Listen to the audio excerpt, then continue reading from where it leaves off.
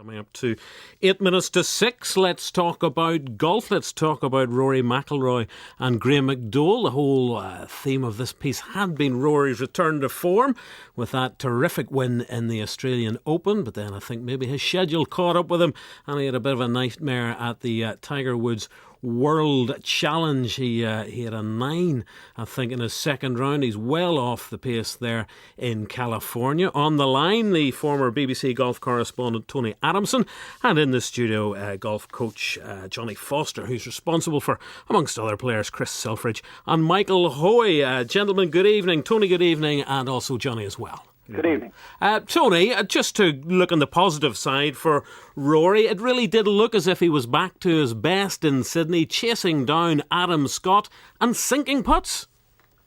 Yes, I think it was important to win, obviously, and important to win in the fashion that he did. He was very close to his best in that last round. He was helped a little bit by Scott failing to close out the tournament on the Sunday, but to see that 12-footer go down at the last to give Rory his win, that must have been a sight for sore eyes for him and for his supporters. It had been coming, mind you. He'd been obviously in despair with his golf during most of the season, but he began to get it back in China and Dubai and Korea, and he was almost back to his very best on that last day. It was, of course, his last chance of getting something from the season, so it was pretty timely, and we just hope he goes on from there. Johnny, as a golf coach, do you look at players on TV? Do you spot little kinks in their swing? Have you noticed anything that Rory might be doing differently from how he performed in maybe the first 6 months of 2013? Well, I'm an avid golf fan, like a lot of people at home, and I suppose I do spend my fair share of time in front of the television. It's hard to compare Rory now, I think, to then, because the game of golf is so transitionary in that, you know, he's had a lot of things have changed this year. He's obviously changed management companies. He's had legal debacles. And you know, golf is a game of confidence, and Rory's confidence obviously goes up and down. So with the way things have unfolded for him this year, I'm just glad to see him play well again, and I'm sure he will hit those heights, and if he can get a bit of stability below him now, have a good Christmas after this great win in Sydney, then there's no reason why he can't go on to play that well again next year. Tony, do you think we just have to get used to it? Rory and Graeme McDowell, they're two different players. Graeme, has got ice in his veins. He grinds it out. He's a level of consistency that maybe Rory doesn't have. But when Rory plays well, nobody can touch him. Yes, I think that's absolutely right. Rory is still, great box office around the world. He plays the most irresistible golf. He hits it long. He plays quick. He bounces along the fairways in the most entertaining of ways when his game is on song. I think he's still a bit guilty of getting down on himself at times, but he is only 24, and he'll know better than most that every great golfer, whether he be a prince or a pauper, goes through bouts of disappointment and despair, but he has such fantastic talent that I'm sure he's going to be at the head of the game for years to come. He's a very different character, of course, to Graeme McDowell, who had a pretty good year, although I remember he went through 8 events, won 3 times, and missed the cut on 5 other occasions during that spell. So they are very different characters. I know Graeme would love to hit the ball as far as Rory, and he's going to take a couple of months off, I know, and try and get a few extra yards out of his game. And Johnny, are you still seeing young boys and young girls coming to you wanting to follow in the footsteps of G-Mac and Rory? Are they still big inspirations for the kids? Absolutely, there's no doubt. I'm just fresh from doing some provincial coaching today at Greenmount, and it's funny, we had a little chat between one of the sessions, and we asked the kids, what would you like to get from the game? Of course, every hand goes up when you mention playing professionally, which is a bit unusual in that they all want to go to the 1% place in the game, but I suppose TV and whatnot, they romanticise it and it seems great. But yeah, I certainly have seen in my business that so many more people, or kids especially, are coming for lessons. I wouldn't say thousands more are playing, but certainly more are taking it seriously. Parents are more willing to put them into a formal structure of coaching and then to see if they can be propelled on from that. And can you tell from the swing of a 7, 8 or 9-year-old that they're going to be great at the age of 22?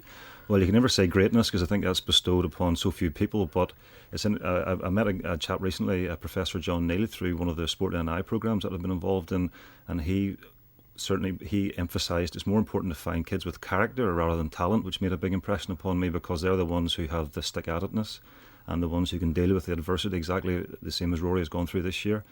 So they're the qualities you're looking for as much as talent, or if you can get them both together, then you've got the dream ticket, hopefully. Tony, I'm sure you're well aware, keeping abreast of events in the golf world. We're still living in a little bit of a golf bubble here. You know, bizarre talk of possibly the USPGA coming to Northern Ireland, and the big one we all want to get back to Royal Portrush is the Open Championship. Yes, wouldn't that be fantastic? I mean, Royal Portrush is one of my most favourite. It's right up there in the top 4 or 5 favourite golf courses. It is fantastic. I think we have to look at the R&A very carefully, and especially their chief executive, to see what he's making of it. As to for a US PGA Championship coming there, I think somebody's pulling our leg, to be quite honest with you. But I would dearly love to see the Open Championship come back. We saw the Irish Open being played there. What was it, last year or the year before? And what a fantastic event that was.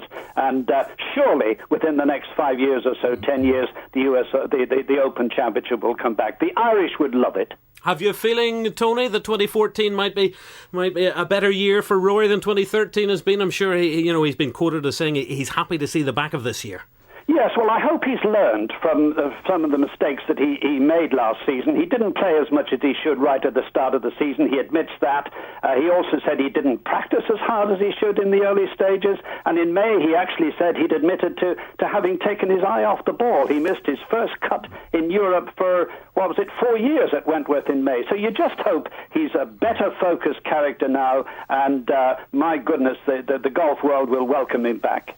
Tony, thank you very much indeed. Johnny, a couple of final thoughts from you.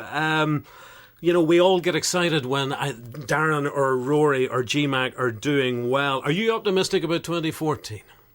Yes, very much so. Obviously, at the tip of the iceberg there are Darren, Rory and the figureheads of golf, but it goes deeper than that in our country. There's some tremendous amateur players, both girls and boys. There's people trying to forge their way onto the main tours. So if you look below what's covered in all the main media and all the blanket TV coverage, you'll see a lot of up-and-coming players. Obviously, with Darren and what the lads have done with the last few years in terms of majors, there's been an ignition as well. And us as coaches, we've had to look at ourselves and say, are we providing the best service? Are we in a position to actually support and augment this talent and try and get the most out of it, so then in the next couple of generations this success continues. So I don't know will we see it next year, but hopefully over the next few years, with the platform that's been laid down by the GUI and the golfing bodies, then we'll go on to make the best and to support what's there for us in our country. Johnny Foster, thank you very much indeed. Continued success in your coaching roles. Let's give you a couple of late results.